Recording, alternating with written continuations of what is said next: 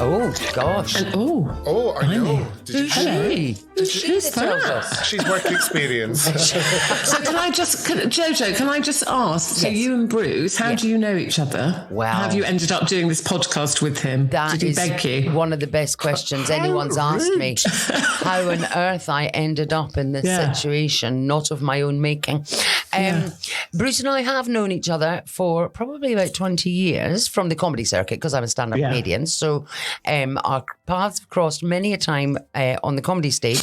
And then we kind of found each other in lockdown and ended up on a daily, if not twice, thrice daily conversation about the world, the universe and our feelings. And that's just kind of kept going, and we now do it on a podcast. Were you in lockdown on your own? Sadly, no. I like the way the interviewers come out to play, Ruth. Hang on a sec. I know, sorry, I'm just very nosy. Hang on, something's popped up on my screen. Oh, no, I've got rid. Oh, no, Is that your grinder? I started... Sorry if it's pinging. I was on last night, getting a lot of response. Oh, clearly. I started lockdown with a husband and 2 of my 4 children and got rid of all of them. Oh. So, yes. Okay. And then have a lodger, which is another comedian, and that brings its own set of... Are you doing that as lodger or comedian? I can't decide. You pick. But I'm giving everything up and going to live in a van. So... Is that true? Yeah, genuinely. At the end of September. I thought he was joking when he said that. No, I am. Are you? Yeah. Well, I'm going to go to Australia first. So I'm going to sort of tootle about for 3 months just doing gigs and staying with friends. And then, the friends don't know which ones I'm staying with yet. And then going to Australia and then coming back. Yeah, and I'm genuinely going to go and live in a van. And going to go and live in a... So have you bought said van? Well, no, because I keep changing my mind because I keep going to get a motorhome. But then I've decided I'm going to actually buy a van and get it bespoke, custom made. Oh, okay. And are you coming from deep within Langsford Holmes Towers? Yes, where are you? I'm deep, yes. I'm in my office. That's me and Anton up there, Strictly. Were you on Strictly? Yes. Did I not mention it? No, Bruce? I never hear that from you. You're kind of the new Kay Adams. God, yeah. God, I'm feeling her. I just want to show Jojo a picture. You're saying about having your van converted. Yeah. This is a euphemism.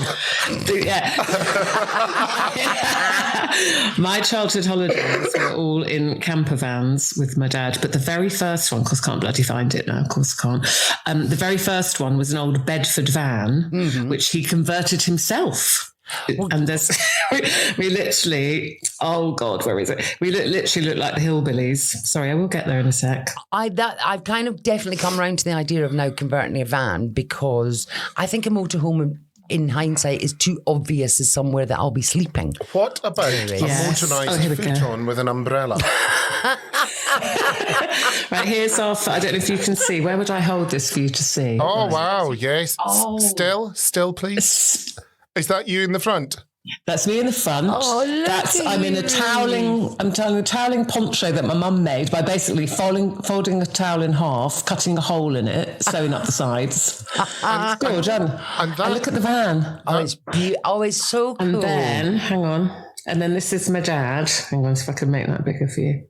So this is me in the back. So that's me in the back making a cup of tea. All right.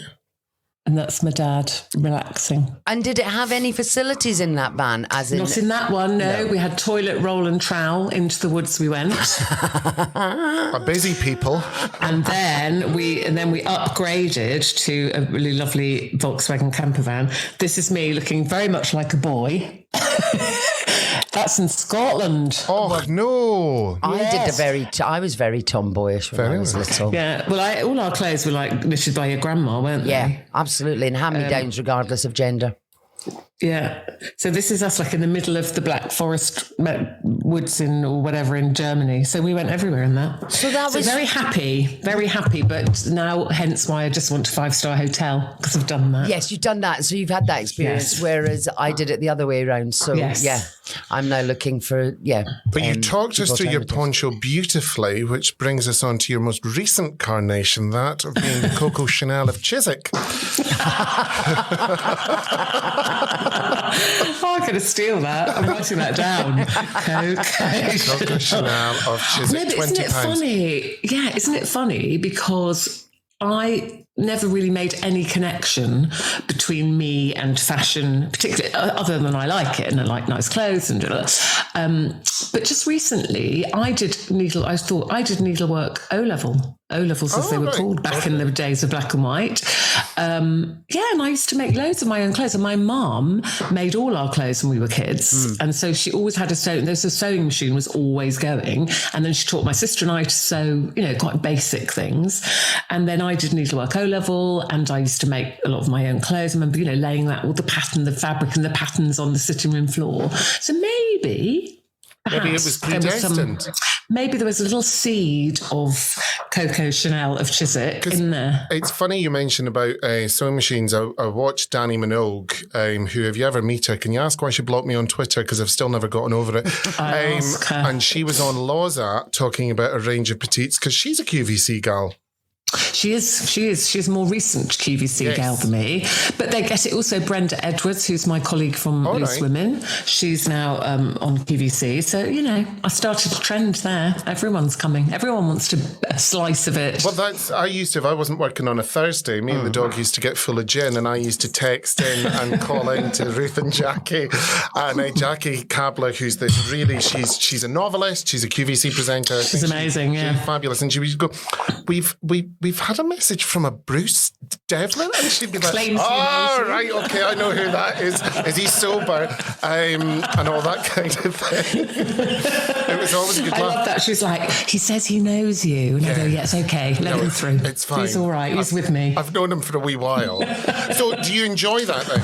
Do you enjoy all the design process? No, I love it. I really genuinely love it, and I'm very, very hands-on with it. So I think a lot of people can assume, rightly sometimes, that a celebrity will do a kind of collab with somebody, and they basically say, do you like this jumper? You say yes, they put your label on it. But that's not how this works with QVC. It's not how they wanted it to work, and it's not how I wanted to do it.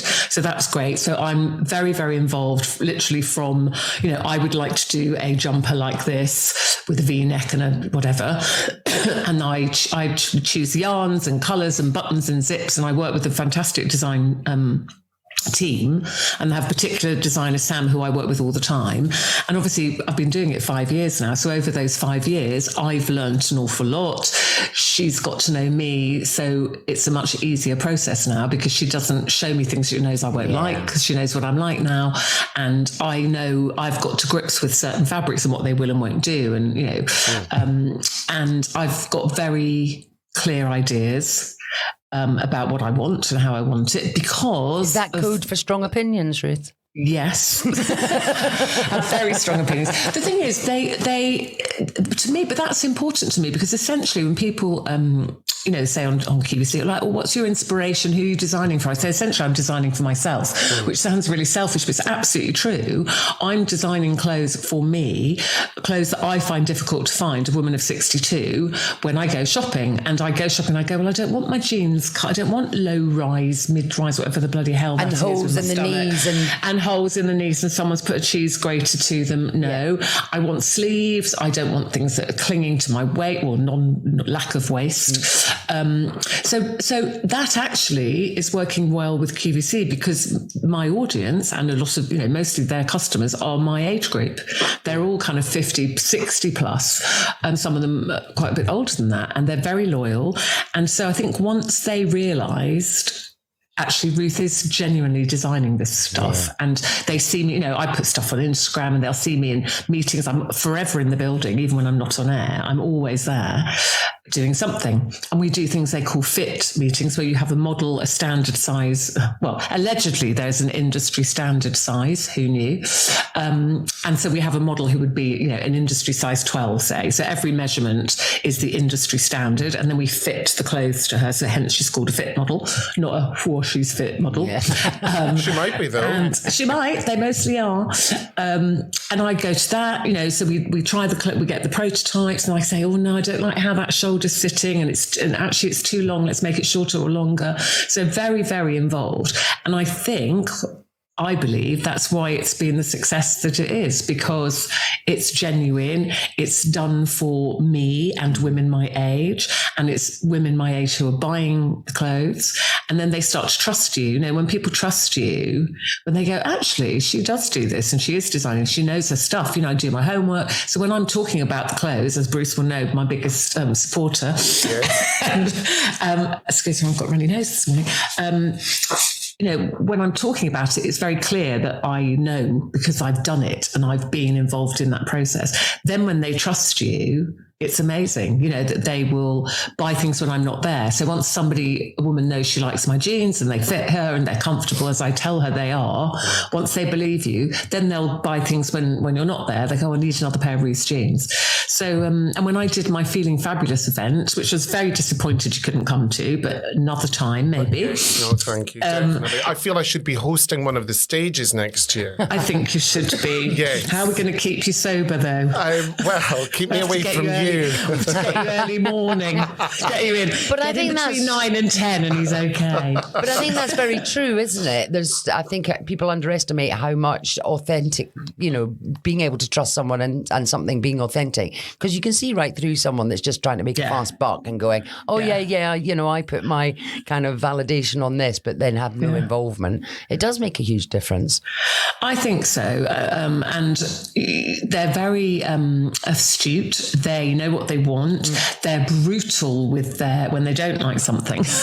You know, they tell you in no uncertain terms. But I think that's good. And also I have a very good rapport with my customers, and as Bruce went over watching the shows, you know, they message us all the time in the shows. So we've got a really nice kind of gang now on our Thursday night with Jackie, my co-presenter now, my friend, who's brilliant. She's just like, she looks like a supermodel in anything she puts on, which is always helpful. But we have a lot of fun, and people aren't always shopping when they're watching now. They're just watching because they like the fun of the evening, and it's like a group of friends together. And we do listen, you know, so when they leave their comments about things, I do read them. I've got time to answer everybody. And we have changed things. You know, if something comes up time and time again, like this sleeve is too long and it's coming up time again, we will change it. And I think women like to know that they're listened to. Yeah. Because I think I think, you know, I heard this awful statistic.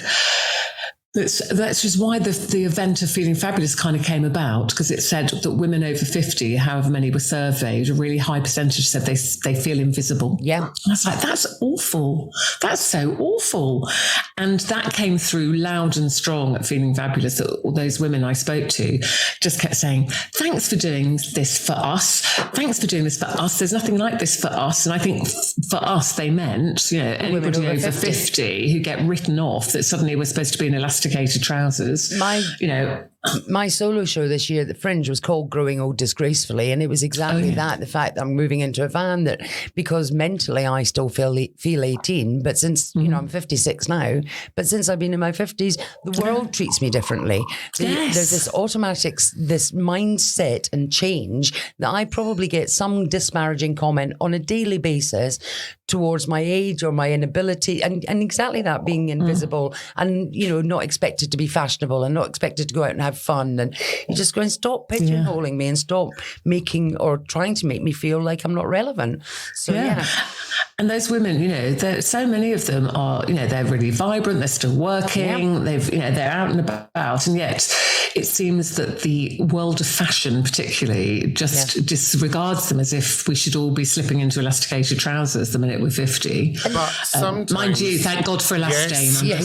Yes. If you like a Pringle, or 3. Well, or a litre of gin. It's interesting what you were saying about being a celebrity and putting your name to stuff. Have you ever been offered an alcohol range? Because I know that's something. Sadly not. No, that's what I was thinking. That was because I've just. You'll be the first to know. Yes, no, because I've just worked with Graham Norton, and I was looking at him and I was thinking. Oh, I love Graham Norton. Yeah, no, lovely man. And, you know, he's got the wine, he's got the gin, Kylie's got the wine out now, someone else. So I think that's what we need to kind of... We need to do a I'll come fresh your grapes. cucumbers. Yes, cucumbers are great. I think there's so many gins now. We'd be dangerous, Bruce, if we had an alcohol range, wouldn't we? I remember once being for lunch after this morning, and I think we were in Brasserie Blanc on the upper ground or wherever it was. Yes. And I'd got my timings wrong. She was going, what time is it? And I went, oh, I'm fine, don't have it. And I remember I missed my plane that night. And I was texting her and she was going, you idiot, what have you done? And I was like, oh. I told you to go. Exactly. He never listens, No, Ruth. I don't. But if you did, that would be fabulous. We could have a big launch party in your garden. Very merry launch party. Oh, absolutely. Are there any product ranges that you've been sorry, asked? that's my dog, by the way. Oh, we love Maggie. dogs. Are there any product ranges you've been asked to endorse that you've gone, absolutely not putting my name to that? A few. I mean, I wouldn't name them anyway, but yes, because I am quite strict about what I put my name to. Yeah. Because of that, I have to genuinely like it. So I have done some endorsements, but not many. So yeah, I mean, I could do a lot more if I just wanted the money. Yeah. But I think I think people see through you. Also, I think it dilutes other things you're doing. You know. So I want my QVC range to be the thing. Yeah, is that Smidgen? Yes. Sorry, she's behaving appallingly. So she's allowed. She's an old lady. Smidge. Where is she? Hello, darling. Oh, look. Hello, Smidgie. There we are. Hello. What kind of dog do you have, Ruth? I've got a rescue dog, Maggie, who's she's adorable. She's just gorgeous. Fox. She's like a little black. I say she looks like a little black fox. Oh, Smidge, look at her. How old is she now, Bruce? She'll be 17 in December. She's getting up there with Dame Joan. Is she? Yeah. Do you still push her around in her pram? Yes. Because then I can get to the pub quicker. Sort of thing. Go via the cheese shop. It's got a bit underneath, so I can put all my, all your things that you've bought. Accoutrement. Yes. Everything you've just bought. Does your stepson live with you, or are you? No. He works for us. So we run an office from home. Right. Okay. So Niall works for us. No, he doesn't live here. He couldn't stand us living with us both. Because I think you and I are in the same position that we're empty nesters now, that the kids have gone. Jack's home at the moment actually with his girlfriend. That's a new yes, he's very lovely. The empty nest syndrome. I mean, I've only got one. But it is a complete change, isn't it? When my God, it took me. It took me, Jojo, so I kind of thought, of course I'm going to miss him, and of course I am, but I was happy for him to be going to uni, and off you send them, don't you? I've managed to keep him alive for 18 years and hope I've imparted some wisdom, who knows, and off he goes. I had no idea how awful I would feel, and it was like when he first went to school, people say like, when they first go to school, and I was like, that bad? I was quite looking forward to the time, and I remember his first day of school, when he was staying all day, just coming home and suddenly going, what do I do? That's it, yes. And then feeling really teary. Yeah. So when he went to uni, both Eamon and I, both of us cried as we left him. We did a very strong, patting of backs, all right, son, right. Thinking, don't cry, don't embarrass him. We're standing in the reception of his, student block. And as we got round the corner, I burst into tears, turned round to Eamon, and he was crying. Both of us sitting in the car like a pair of wrecks. It does take you by surprise, because I didn't think I would be affected. I was really looking forward to because I've got 4. But when when he first left, he joined the Navy. I was just like, I'm very proud and all this kind of thing. But I was I would walk past a photograph of him and burst into tears, and it was just that overwhelming sense of, it will never be the same again. That's it. That's it. Moving on. You've sent them on their way, because even though they've come back, Jack's home, but they're not back. It's just back for a holiday or a visit, or because they need some money or do their washing, and then they're off again. And there's a big part of me is like, I love seeing it. I was like, I'm fascinated to see what he will do with his life, and I hope you just want him to be happy, and what kind of man he'll be. But equally, I just felt that real. I mean, I talked about, it sounds so dramatic, it was like the umbilical cord being cut again. I said, I felt like I'd had something of my inside ripped out. Yeah. And I used to close his bedroom door, which is opposite my room where I get ready in the mornings, while I dry my hair and things. And I just had to keep the door closed, because with the door closed, I could imagine he was there, because it was always closed, because he was normally in bed. Yeah. So I just, and a couple of times I remember like doing a Sunday lunch and going to the bottom of the stairs to shout, like, scream as you normally do, don't you? Because he's normally on PlayStation. Like, Jack! And I was like, Jack! And didn't answer, Jack. And the second time I was like, oh my God, he's not there. Well, he's sure he's not there. Ruth, what's he studying? It takes a bit of getting used to. He's studying broadcast journalism. Oh, wow. Yeah. Wow. In Manchester, loves it, absolutely loves it. So, so kind of following a bit. He's more into sport. So I think he'll probably end up doing something with sport. But he's doing well and loving life. Manchester and Media City and everything up there now is so cool. It's perfect. So much going on. And he loves Manchester and he's a big Man United fan. So he's got Eamon's season ticket. So happy days, loving life. Yeah. That's all right. Now, it's funny because you work for the same channel that Eamon now works for. You do stuff GB with News. GB News and Eamon. Do you? Yes. So breakfast presenter. I quite often do the headliners, the sort of comedians. Oh, that's the Friday night. Is that the Friday night? It's the 11 o'clock show at night where the comedians sort of looking at newspapers and the Free Speech Nation. And I was meant to go on Nana's show and then I can't remember what happened. Nana. But yeah, interestingly, because I've been, I don't know if Eamon's had the same. I'd be interested to know kind of that judgment of people making a presumption that your politics or that your opinions are a certain way because you're on GB News. But I found, I've been taken to task quite a few times about it by friends of mine going, explain to me why you're on GB News. I'm like, well, because I'm, review the newspapers and nobody tells me what to say. I'm not forced to do anything and they pay me quite well. So, and often when I then turn the tables on them and go, why have you got an issue with it? And ask them questions, every single time without fail, they've never watched it. They've made an opinion on something that they have. Do you know what I mean? It's that kind of Chinese whispers effect, really. Yeah. I heard that someone said this, and it's like, it's so frustrating. I think it some people, but that happens in life. I mean, I find with social media, and I think these days, particularly when you do live shows, that they have teams of people at newspapers and magazines and things who their job is to sit online watching live shows, and whatever we say is reported, but it always with that kind of headline, Ruth discusses divorcing Eamon, and I'll say it would have been something funny I've said, like if he ever wears Crocs again I'll divorce him. But they make it something, so I kind of stop looking at it now because I think you're right, and then people start commenting on a story that they haven't even seen.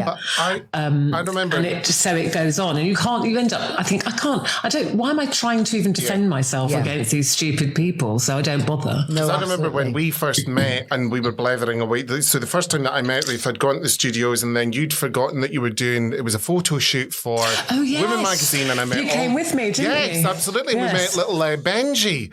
Little Benji, who's now showbiz editor of The Sun. Yes, and a habitual liar.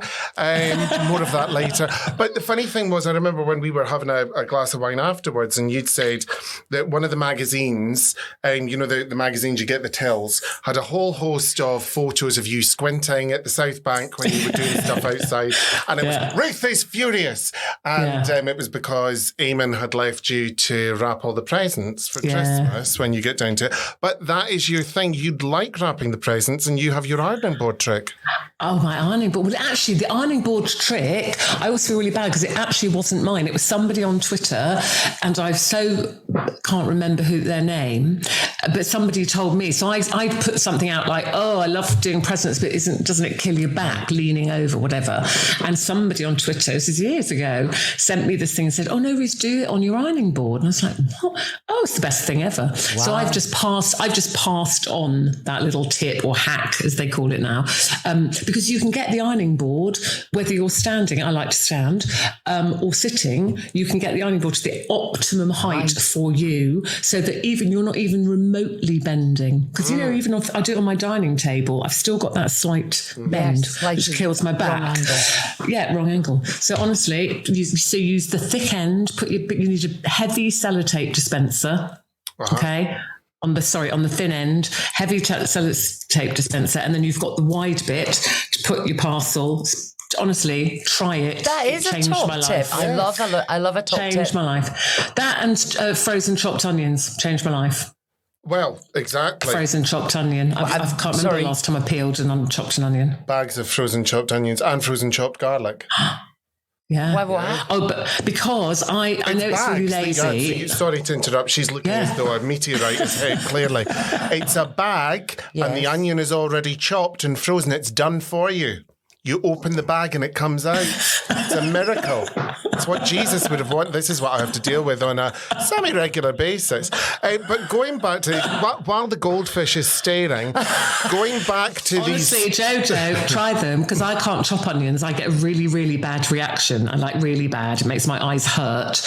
And then somebody said to me, I use the frozen chopped ones. And I was like, you? Big pardon? Yes, big exactly. Frozen, what? Yeah. I sometimes am amazed that I'm amazed at revelations like this. How have I managed to get to 56 and never even have heard of certain things like that? I kind of go... Well, it's all about priorities, isn't it? And it's maybe the life you're living.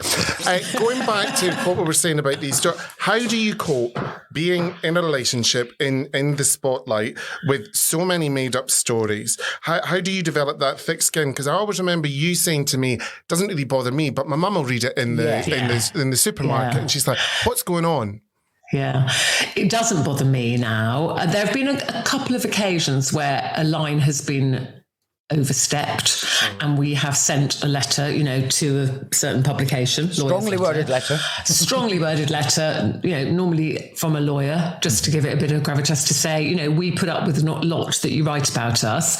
And actually it's not untrue, because it's something we've said that's had a spin put on it. So actually, if you boil it down, you go, well, actually, I did say, if Eamon wears Crocs, I will divorce him. So I did use the words, I will divorce him. But so, most of it, excuse me, we let go. But there have been a couple of occasions where we've just gone, that's a step too far. But not often. So I tend not to look at it. Most of it makes me laugh. Eamon gets more annoyed about it than me. But I sometimes think you have to look at it, spin it round and think... magazines, it's hard to sell magazines these days.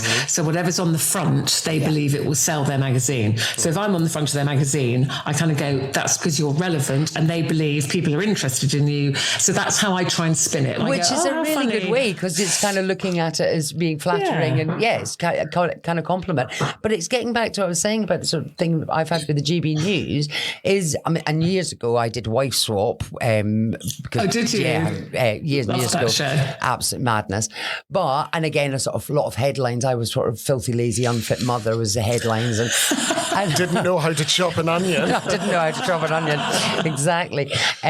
But with that, exactly that thing, and I remember saying to my kids, people that mind don't matter and people that matter don't mind. And so anyone that we didn't know, it's like, well, it's irrelevant, but it's people that we know that we don't, kind of, if they think badly.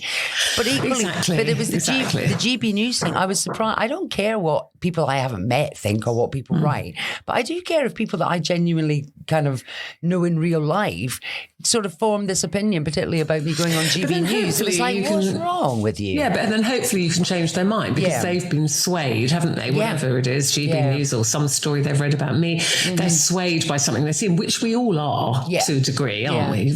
We all like gossip. We all like looking at headline going, I didn't know that. Yeah, so I think, I kind of will look at a juicy headline as much as the next person. It ought to be about somebody else. It's just not very nice when it's about you. What did they used to say about don't believe anything you read and only half of what you see? Used to be the sort of thing. Whereas now you can't even believe anything you see because of Photoshop and kind of all that kind of stuff. So can I ask you, Ruth, you see someone, a female celebrity, on the cover of a magazine with a really salacious headline, but she's got one of your handbags. How do you weigh this up? The woman's got taste, leave her alone. Right, okay, fine. Did you know? Possibly have done done that. She's carrying my handbag. Would you like to know what's in the handbag? It's a pre-chopped onion. Did you know that ski pants are making a comeback? I love a ski pant. Oh, do you? I love a ski pant as an epaulets. Yeah, you know the ones that go under your foot. Yeah, the stirrups. They're like a legging. Like a stirrup. Sorry, I'm thinking actual. Yeah. No, you're thinking salopettes. Salopettes. What's that? Epaulettes is in the police and the army. Epaulets are on your shoulders, where we don't want your trousers to be. The weight of the world is on her shoulders. That's why she's got osteoporosis and some kind of spinal complaint. It's like a living hell. She's just crumbling. It's like being in a laboratory sometimes. It really, really is. Leave me alone. I'm going through lots of changes. Oh, we all are. I'm Peri Peri, Nando's. What was I going to say? How did you... I'm the spice that'll make you green. How did you get... Because you didn't begin as in front of the camera, did you? As far as I remember. No. I worked in the West Country, and when I started in TV, I went in really kind of not as a secretary, but in using my shorthand and typing. So I messed around at school. I had very few any exams results of note. I had needlework. You and me both. You've needlework. I've got Latin. I had fabric and fashion. Yeah. I had fabric and fashion. That's the only standard grade. And what's your excuse today? He's so rude. He is. I just block him out. He's like white noise now. Let it go over the top of the head. I did. I got English and fabric and fashion. That's my only. Yeah, I got English. I was all right at English, and I got needlework, and I think I got... I also French. I did get French, only like a D grade or something. Anyway, messed around at school, not very good results. And I was a bit directionless, didn't know what I wanted to do. And it was my mum, God love her, who said, I think you should go and do a shorthand typing course. And I was like, I don't know if I want to work in an office. And she went, look, you know what? You can temp. It's always good to have it. So very good advice, actually. So off I went, and then actually loved learning to do shorthand typing. Like shorthand was like learning a new language. Yeah. And I was quite good at it. Could do the fast, like word thingy, typing without looking, whatever they call that. I did the Mavis Beacon. Do you remember Mavis Beacon? No. Mavis Beacon was the typing guru that you did a Mavis Beacon course. Yeah. Oh no, didn't do that. But anyway, got shorthand and typing. And a lady who lived in the village where my parents lived in Cornwall, she worked at the local TV station, which was then called Westwood Television. That's how long ago it was. And she said to me, what are you going to do? I was like, I don't know. And she said, you should apply for a job at Westwood Television. She said, you've got shorthand and typing, and gave me the name of the then head of personnel, we called it in the days before HR. Anyway, probably none of this would happen now. But anyway, I got an appointment to see him, charming man. And he said, you're doing the right thing. I hadn't actually finished college at this point. And he said, yes, there's quite a few opportunities here if you can do shorthand and typing. Go away and finish your shorthand typing course. Come back to me. Let me know how you get on. So I had about another 2 or 3 months. And so then after that, I used to ring him every week and say, hello, Crispin. It's Ruth Langsford here. Just wanted to know, were there any jobs available, anything? And he'd say, no. How's the course going? I go, yes, I've got my exams next month. And eventually I passed the exams. Got in touch with him, told him I'd passed. He said, I haven't got anything at the moment, but I'll certainly keep you in mind. And off I went, and I got a job in local government, a shorthand typing job. It was so boring. I was literally doing audio typing, take a piece of work from the in tray, listen to it, type it, put it in the out tray. It was just like mind-blowingly awful. With the nicest women, actually, who'd all worked there for years. But I was like, I cannot stay here. This is just awful. And then I was covering someone's maternity leave, so it wasn't even a kind of full-time position, thank goodness. And then he phoned me, Mr. Lovely Crispin phoned me and said, I've got a job as a transmission logist. I was like, great. No idea. I have no idea. I just said, yeah, great. God, that sounds amazing. He said, could you come in for an interview? Didn't know what it was. I thought, whatever it is, he thinks I can do it. So, and I'm literally going to, die if I stay in this place. So along I went for the interview, and it was basically working in the presentation department, typing up all the kind of daily running schedules for a TV station, the on-air bit. So it was a kind of shorthand and typing job at that point. But anyway, I got the job. part of that job was going into the main control room at lunchtime to cover the transmission assistant for her lunch. And I remember the first time I walked in there, I was like, I want to be in here. It was like the starship, and it was all low lights, banks of monitors, people going, stand by, telecine, coming to you in 5. I was like, it like hit me. I was like, what is this place? I want to be in here. I want to be in here. So I used to cover the lunchtime shift and made it very well known that, if ever there was a job, I'd like to be in there.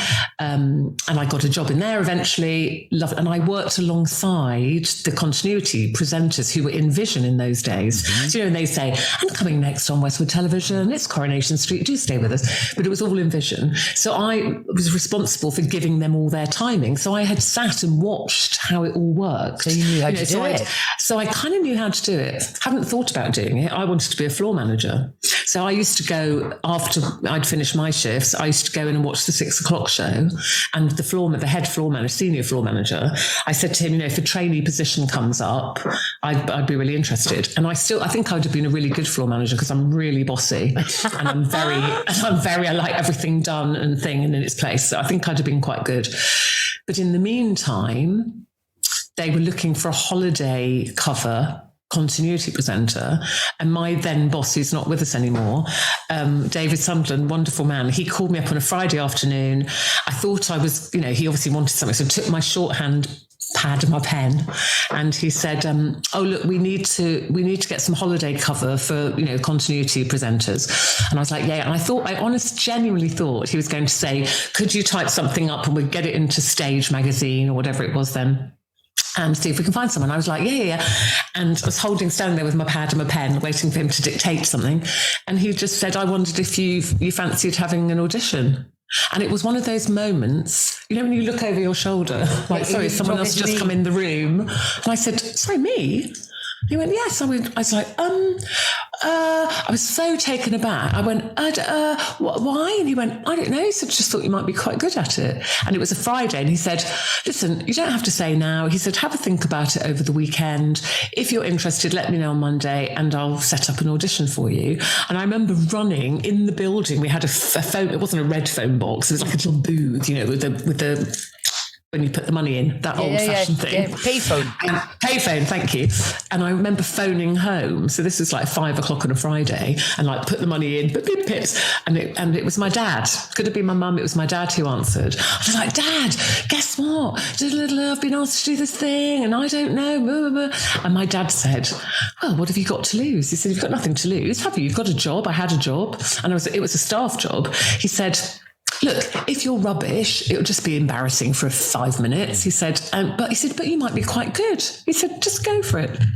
And I went home, and so on the Monday, I went in and said, yes, I would like an audition. And that was that. And I went, and they took me on as a trainee. So I still was keeping my other job, and I was supposedly covering for holiday relief. And whilst I was training, I was in the 4th day of training with the other continuity presenters. The guy who was supposed to come in that morning to train me went sick. They just went, you're on. And literally that's what happened. I was 4 days in, and suddenly I was like, good morning. And I was terribly nervous. Quite posh.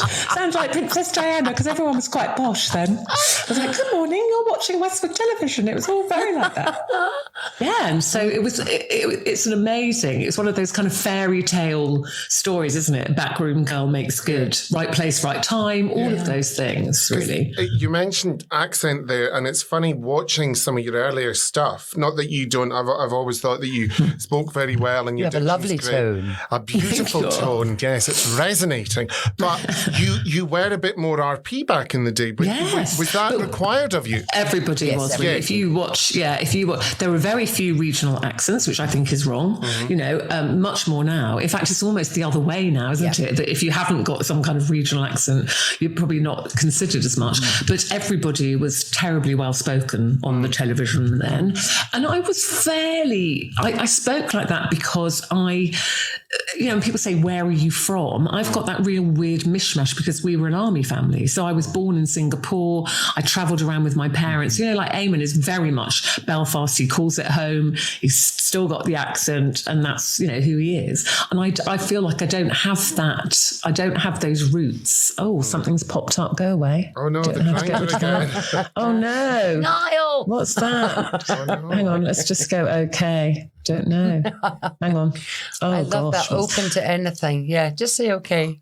I've just put okay. Is it a buffet and mingle invite? So, I don't know. No, it's App Explorer. App Explorer was recently updated. Oh. The App Explorer update includes bug fixes, no idea, improved performance and stability, nice, and enhanced security. Set my browser to... Niall! I can't even get rid. I'm going to text him. He's next door. But as I was saying, people spoke well. And I went then to a very good grammar school in London where everybody spoke like that. You know, it was a bit Queen's English. And it's, you know, that's been knocked out of me a bit over the years, as you can tell. I'm just going to put help to him. See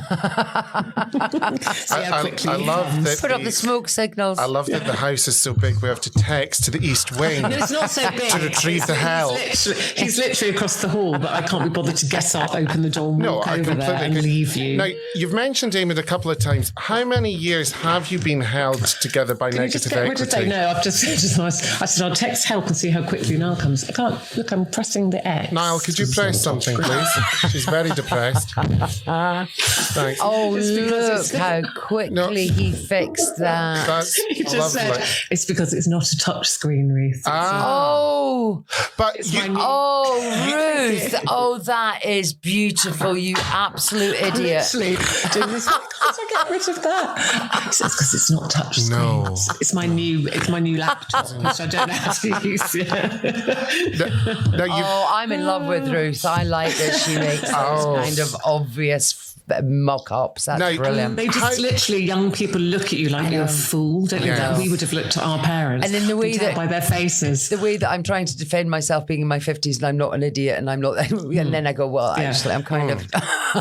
So you've mentioned Eamon a couple of times, which I haven't enjoyed. And I just wondered, how long now have you been held together by negative equity in the fear of moving on? We have been together 23 years, is it this year? 24. I'm really bad with dates. If he was here now, he'd say, when did we get married? And I would go, it's at the 30th of June. I'm so bad with dates. I don't know what it is. Not just that, any dates. If I didn't have my diary with everyone's birthday in it, including my children, and I probably would forget them. Yeah. So something in me in dates, you know, like we were talking then about where did you start? Eamon would be able to tell you the date, the day and the date he started at UTV and practically what he was wearing and what all the people were called. So I kind of vaguely know, I go, well, I was about 19, so it's probably... So, I think 23 years we've been together and we've been married 12 years of those. Wow. Oh, right, okay, I didn't realise. We were a long time not married, just because it didn't really interest me that much. I was never that girl that, you know, Wanted dreamt the big of her dress wedding. and, No, and I never, you know, you just know some of my friends, they'd practically designed their wedding dress when they were about 12. Yeah. So didn't ever really interest me that much, didn't bother me that much. But then when Eamon did propose, which was a complete surprise to me, and I said yes, then it was lovely. And when we got married, you know, people would say, do you feel different? I was like, I do, but I found it very difficult to explain why. And people say, oh, do you feel more secure now? It's like, no, I always felt secure. And also we have a child together, you know, it's the biggest commitment to me. Yeah. And also you're never secure, are you? So what does that mean? You don't know what's around the corner. No, you could be married and somebody could leave you or you leave them or something happens. So I don't know what it was that felt different saying that we were married, whether it was because we had Jack and it was that final piece of the jigsaw. I don't really know, because I'm not against, you know, people who aren't married, and I wasn't massively like, we must get married, I need to be married. So I could happily, if Eamon hadn't proposed, we'd probably happily still be together and not married. It didn't really bother me, but I absolutely loved the wedding day. It was like the best party You ever. were a brunette on your wedding, weren't you? Yes, only because I'd had like a really bad disaster at the hairdresser with over blonding, as I'd done over years.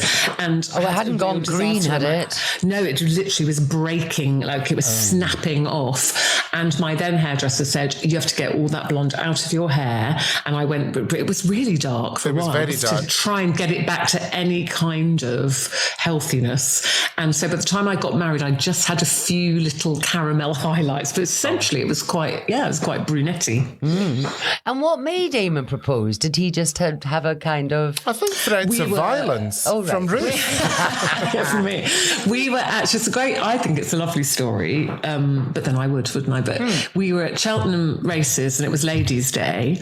I love going to the races, and we'd been invited by somebody, very nice, can't remember who, we're in a box, and there were a lot of men, there was a group of men there who were on their own, out to have a good day, obviously, and not that many women. And Eamon, they were very flirty with me, and I was having, I'd had a few glasses of champagne, I'd had a couple of winners, and I'm flirting back, and it was all loveliness. And Eamon said, this is his side of the story, that he stood looking at this scene, and he said, he thought to himself, look at all those men flirting with my wife.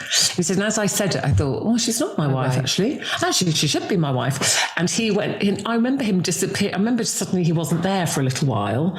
Anyway, then he came back and we were going home in the car. I was quite merry and he doesn't drink. So he's leading me, got me in the car, and we were in the back. Pouring you in the car. Yeah, poured me into the car. We were being driven. It was all very jolly nice. And then he said, is that your phone beeping? Is your phone beeping? And I was like, no, don't think so, no. And he kept on, I'm sure that's your phone beeping. I thought, oh, for God's sake. So I got my phone out, because obviously he was trying to get me to look at my phone, and it was a text from him with the most beautiful message. It was like a love letter.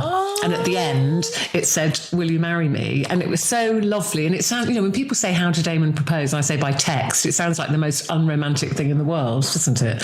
But actually it was the most romantic, very spontaneous, very Eamon, and beautiful words. I call him my poet, because he's he's so good with language. I think it's an Irish thing they have. A lot of Irish people I know, they're very poetic. Like you Scots, I suppose. Yes, Celts. That's the thing. Celts, yeah. Yes. So, and that was that. And the funny thing, I actually texted him back and went, yes. We literally sat in the car, because we didn't talk. We didn't know who the driver was. We were being driven. We're just literally holding hands all the way home. Well, that's the thing. You couldn't start bumping gums, could you, in front of a strange driver? No. You would have ended up in one of these magazines you don't like. Yes, you'd have been sold to the papers. Funnily enough, although, my separated from husband and I are still very, very good friends, and it's fine. But similarly, I proposed to him on not Valentine's Day, leap year, 29th of February, and I wrote on a mirror in our bedroom in lipstick, I wrote, will you marry me? Aww. And I left it, and I didn't know if he'd seen it, because he didn't say anything.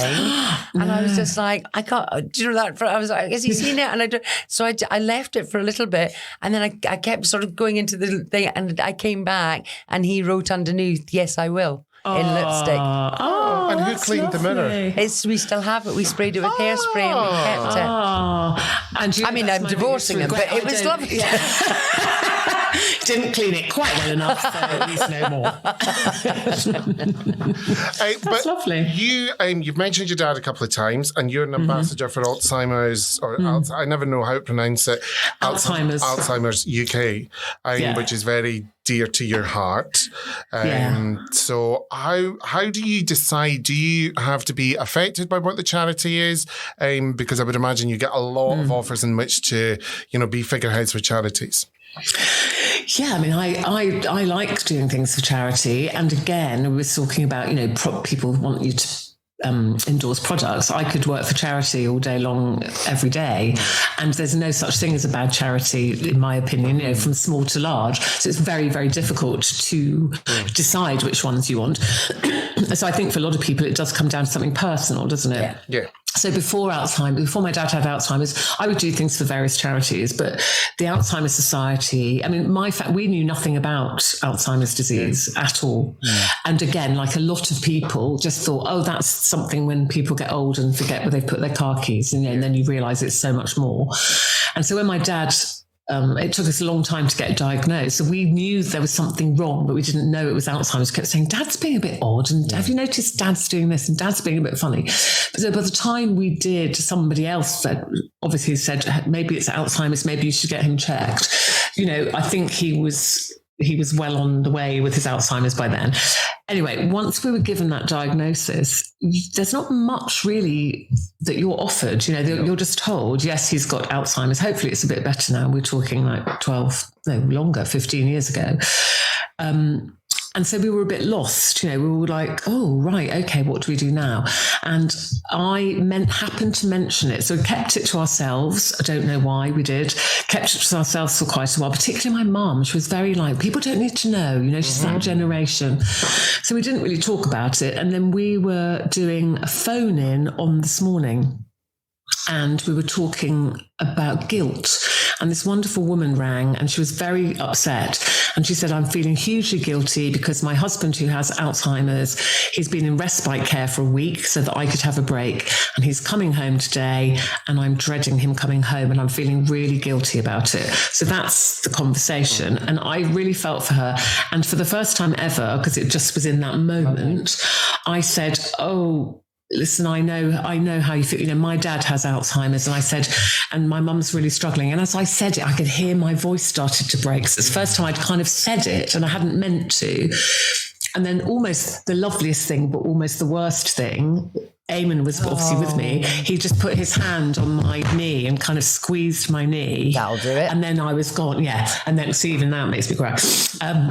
And then I was gone. And then Eamon, it was brilliant because then Eamon managed to crack a kind of joke and he went, honestly, poor Jean, she's phoned him for some, you know, some help and now we're all crying. And she started laughing. Anyway, I managed to get her number and I called her after the show and we had a really nice chat. But from that, somebody at the Alzheimer's Society who'd been watching it, doing her ironing at home, like so many people do when they watch This Morning, she got a message to me and said, I'm so sorry to hear about your dad. If there's anything, you know, Alzheimer's Society offers lots of help for families. And it was lovely. And so I got in touch with them. And that's the thing with the Alzheimer's Society that I'm so grateful for. They don't just help the person with Alzheimer's. Yeah. And in fact, they're more often helping the family who are looking after the person with Alzheimer's because it's very difficult. And they help you, you know, did you know you can get this? Has your mum applied for carers allowance? You know, there's they found there was an Alzheimer's cafe that happened in Plymouth. So my mum used to go with my dad and then she would end up talking to other couples, you know, particularly the carers, and they swapped things like, oh, I'm finding it really hard because my husband's getting up in the night, and they say, oh, well, we're doing this. So it was wonderful what they offered my mum, and it was they didn't ask me for anything. They didn't say, could you be an ambassador or could you do this or at all for ages. And actually it was me. I think I saw something they were doing. It was probably one of the memory walks, I suppose, and said, oh, you know, perhaps I could do this for you. And from that, I became an ambassador. So I loved that they were offering that help just to us as a family, not to me as Ruth Langsford on the telly. Yeah. And so I've been an ambassador. You know, I try to do what I can for them. I always talk about them. I've done lots of, Eamon and I did family fortunes for Alzheimer's. We did The Price is Right or whatever that was recently with Alan Carr for Alzheimer's. So anytime I can do fundraising or a show where I can play for charity, it will always be Alzheimer's. And I always do the memory walks, which are very uplifting actually, because you walk with lots of people. Some have got Alzheimer's, some who have lost people, some who are walking for someone that they've still got. And so you all chat and you swap your stories. So I think it's very important that we talk about Alzheimer's because we didn't really. And how old was your dad when he was? He was diagnosed early when he was probably 72. But looking back, and hindsight's a wonderful thing. Once you're informed and you have more knowledge, we think he had it for at least 3 years before, if not a little bit more. But that's the thing; it's very small. When you look back, it was very small things. All I say to people with the experience we've had, and everybody's slightly different, that if you know your loved one better than any doctor. So if your loved one is doing something that's completely out of character, to me, that's a warning sign, because we didn't know that then. So my dad, who was an army man, you know, place for everything in its place, was losing things all the time, but not just losing them. They would turn up in the oddest of places where he'd obviously put them. So he lost his camera And we couldn't find it. And we found it in the back of the fridge, really odd. Yeah. Really odd. And then you'd have those conversations like, Dad, and you go, well, I didn't bloody put it in there. And it's like, well, Daddy, you must have done. And I also, things I regret that I used to think that I was trying to help him when he couldn't remember something. I'd go, Dad, do you remember we did that? Do you remember, Dad? Do you remember? And of course now I look back and think, no, he doesn't remember. And also would argue with him sometimes, when he'd say, oh, I've been here before. And I say, no, you haven't. And my mum would just let things go. So it's a learning curve. But I think if someone's doing something very out of character, my dad got very reclusive. He loved people. He loved being out and parties. He's a great storyteller. He suddenly became like a recluse. He was pulling the curtains at 4:00 in the afternoon. That was very out of character. So all those things led us eventually to go, something's not right here. But that's like you say, why charities are so important, but also that you have an understanding of it, because you don't know what you don't know. And then you're thrust into something that, without the help and understanding of people who have gone through it, then, it doesn't, you can't help I think it just resonates with people more, doesn't it? Because I'm sure people would be very grateful if you aligned yourself with their charity and you were trying to help them. Yeah. But it resonates more. Like when I do those memory walks, I always do a speech. I do an address and welcome everybody and thank them for coming. I always talk about my dad. I talk about all the carers who are there, give them a big shout out. So it resonates more because they know that you have actually experienced that yourself.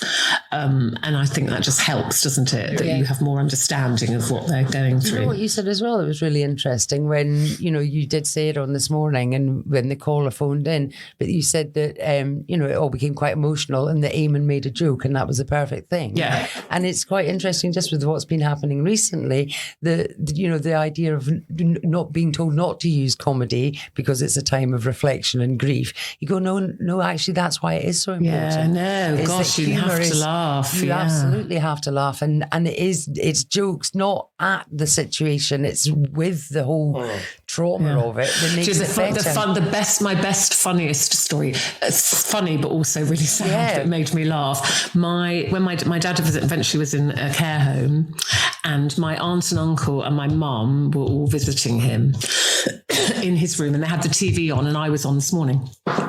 And they were pottering about, and my Aunt Rosa said, oh, Dennis, look, there's Rooty. He used to call me Rooty Tooty. So she went, oh, look, there's Rooty. And he turned around, he looked at the screen, and he went, oh, I can't stand her. I can't stand her. Which is so funny. When she told me, she was like, I wasn't sure whether to tell you. I went, no, it's the funniest thing, but also like heartbreaking. It's like, oh, my dad.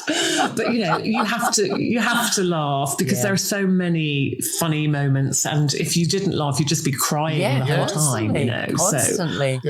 No, I remember you saying that to me about coming out of the home and sitting in the car and processing everything, and that you had to give yourself a break, that you were doing as much as you could and all this kind of stuff. Funny things to have happened on this morning. Clearly the dog and the lipstick, that's one thing that always sticks out to me.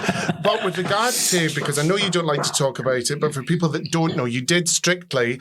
I think you did it, was it 3 times? Oh, look, there's was it 3 times? And you've done Hell's Kitchen. You did Strictly 3 times? No. I'm taking it. Mentioned it 3 times. Sorry, Jojo's back in the room. She's high on the smell of onions. Would you ever go on The Masked Singer? No, because I can't sing. Neither can I, but that doesn't... Well, neither can people on The Masked Singer. Well, exactly. That's the whole I'm thing. horribly claustrophobic, like really badly claustrophobic. Okay. And I've seen the masks, when they've had any of the winners. We had that came on this morning, or Luciman, whatever. Yeah. They are tiny. How they even just put them on, I don't know, to let alone sing or dance in them. So no is the answer. And no, I don't want to do the jungle. But absolutely, yes, I would do Strictly again in a heartbeat. In fact, I think they should let you have another bash. Yes. I think if you've got to a certain week, I think they should say, you know what, they've got to week 6. I think we should let them have another bash. They should do a kind of, in the same way that they have RuPaul's All-Stars, they should do Strictly All-Stars. See these favourites. It would only be the winners. I think they should do the worst of Strictly as well. The worst. Like, who got the lowest votes? Me. No. The All-Stars isn't... they do have other ones where other people haven't won and they've gone back and all that kind of thing. So, yeah. I mean, I'm not saying that you need to go and drag. I think you look fine as you are. But listen, I loved all the makeup and wigs. I mean, I had a different hairstyle every week. I loved it. Yeah. It was amazing. Very long blonde, short red. Oh. Listen, it is the best thing, but also what people don't, for me, it was the most terrifying as well, which I hadn't thought about at all, and nor should you, because when you watch Strictly, you just see the joy of it and the fun of it. What scared and I'd you? always oh God, the performance, just performing. And I could never remember my dance. I swear to God, and Anton will back me up. I appear on his one-man show and we do all sorts of things together. And we stayed great friends. He came to my Feeling Fabulous event and we talk about that, the nerves that, I mean, you're both performers. I'm TV and it's slightly different, where I think people were surprised because they said, well, you do live TV every day. I was like, I know, but don't have that kind of audience staring at me. And so my very first, in the rehearsal room all week, loving life, learning the Charleston, whatever I was doing, like, yay. And then the first time I went to the studio, the very first rehearsal, so you have all week in the rehearsal training room, and then you go to the studio on the Friday and you get to do your dance twice. So it's mostly for cameras and for you to kind of get the feel of the dance floor. And I felt so overwhelmed. I remember walking in and it's big and all the camera guys were then lighting. Nobody's really looking at you, but you feel like they are. And the music started and it was as if I hadn't ever done a single step of that dance. And when we finished, Anton I just looked at him in just like panic, and he went, that was interesting. And he started laughing. I was like, oh my God, I'm so sorry, I couldn't remember. And then the lovely choreographer, Jason, who's the kind of main choreographer of the whole show, he was so lovely. He came over and he went, I'm so sorry. He went, that's all right. He said, that's what rehearsals are for. Don't worry, you get a second go. Second go was a bit better. On the night, I have, when I hear actors and people I have interviewed over the years where they talk about stage fright and being sick before they come on stage, and never really experienced that. I've always had healthy nerves. But I literally thought I was going to have a heart attack and stop. I was frozen. I remember they say, next up it's Ruth Langsford, and Anton Dubek and his partner Ruth Langsford is down with a big wig, smiling like this. And then they show, here they are in training. And during that little film, excuse me, you walk down the stairs. And so suddenly it was like being in a theatre. It was 2 tiers of people all staring at you. Of course they are. So would I. Yeah. So they're staring at you. And judging you. And looking, go, oh, I like her dress, don't like her. Oh, look at her hair, she's got long hair. Oh, there's Anton, we love him. Walking across the floor. And our first dance was a waltz, and we had a chaise longue up on the stage where I was sitting. Anton was behind me, all looking gorgeous in his tails, and amazing ballroom dancer. And the music starts, he comes round the chaise longue to the bottom of the steps, puts his hand out, and I was supposed to stand up, walk down the 2 steps, and off we'd go. And he put his hand out and I was literally, I didn't move. And it was as if someone had poured lead into my shoes. I didn't have an ounce of saliva in my teeth are like this. My heart, you can hear the blood rushing in your ears when you're really frightened, heart pounding. And I literally was frozen to the spot. And he kind of looked at me as if saying, get up. And then he kind of came up the step and yanked me practically. And the funny thing is he'd been telling me a story about one of the women he danced with years before, who said to him, I get terrible stage fright. And he said, that's, this is different. This is dancing. And their first dance, she was sitting up on a bar and he whooshes in. He said, she's looking amazing. And he had to lift her down from the bar and then they started their dance. It was a tango or something. And he said, and as he whooshed up to her, went to pick her up, she whispered in his ear, she went, I can't feel my legs. So wow. And when he told me that story, I was laughing, going, oh God, how terrible, that poor woman. Exactly the same thing happened to me. I don't remember that first dance at all. I just remember smiling. I remember him saying all the time, just always remember to smile, because the public don't know what feet, what you're supposed to be doing with your feet. Just smile. And he just whizzed me around. I was just clinging on to him. I remember hearing the judges. It was like a radio going in and out of tune. I just heard, it's like white noise. Rubbing feet. And before I knew it, we were upstairs with Claudia, and I was like, what happened? That was like an out-of-body experience. And to be absolutely honest, I did lose my nerves eventually, but But I never, ever 100% knew my dance, ever. And I did 9 weeks. And Anton will back me up on that. But I started to enjoy it. And I started thinking, oh, well, I've missed a step, so what? You know, the judges will point it out. And I think that's why I survived as long as I did, because he and I were having such a good time. And also he's hugely popular, which helps. Mm-hmm. But it was a great experience. But, you know, lots of people who've done it, when you talk to them about the nerves, you know, lots of people go, God, I couldn't believe, you know, how nervous I was. And you don't want to let your partner down because they're all, you know, Anton was a big star. It's a ballroom king. So you're going to get some Egypt like me, can't put, you know, my left foot in front of my right. So and that makes the nerves worse. Yeah, and the miracle of Dr. Theatre. Well, and the thing is as well, Coco Chanel, you know, was she meant to move or sew? We don't know. You know, I think she was meant to sew, looking fabulous whilst doing so. Absolutely, maybe glass in hand. Yes. Not spinning around a dance floor. No. Well, maybe later. I'll see you next month because I'm staying with you for the weekend. Thanks for that. Yes, and you're welcome. Thank you so much for your time. Oh, not that has whizzed by. That we could sit and chat to you all day. Thank you so much. Same. A lovely blether. Can you thank Niall and say hello to Maggie? How embarrassing is that? Me going, I can't get rid of this thing. I'm like, because it's not a touch screen, Ruth. It's like, oh, shame, the shame. Jojo, lovely to meet you. Lovely to meet Australia. You. January the 20th, I'm doing Perth, Adelaide and Melbourne comedy festivals. So. And then when you come back, you've literally selling your house and going to live. Where are you going to live? In Scotland, though? No. I'm going to just travel around. I gig all over the country. So, But you'll gig and then live in the... I'll just rather than going to gigs and coming home, I'll just keep going to gigs. The lady will be found in a lay-by. The lady in the lay-by, yes. It's amazing. How amazing, though. But people do extraordinary things at certain times in their lives, don't they? When they retire or things like this. Well, that's it. I want to... yes, well, exactly. It's menopause, midlife crisis. But also, I just don't want to wind down. I want to go faster, not slower. So good for you. Yeah. Whereas Bruce would just like to lie down. Yes. Lie down and just take it. Lie down on a gin-soaked lounger, the pair of you.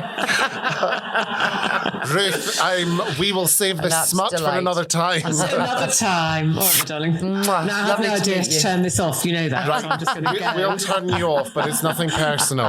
If you see me doing this. What's happening? Right, see you later, love. See you later. Bye.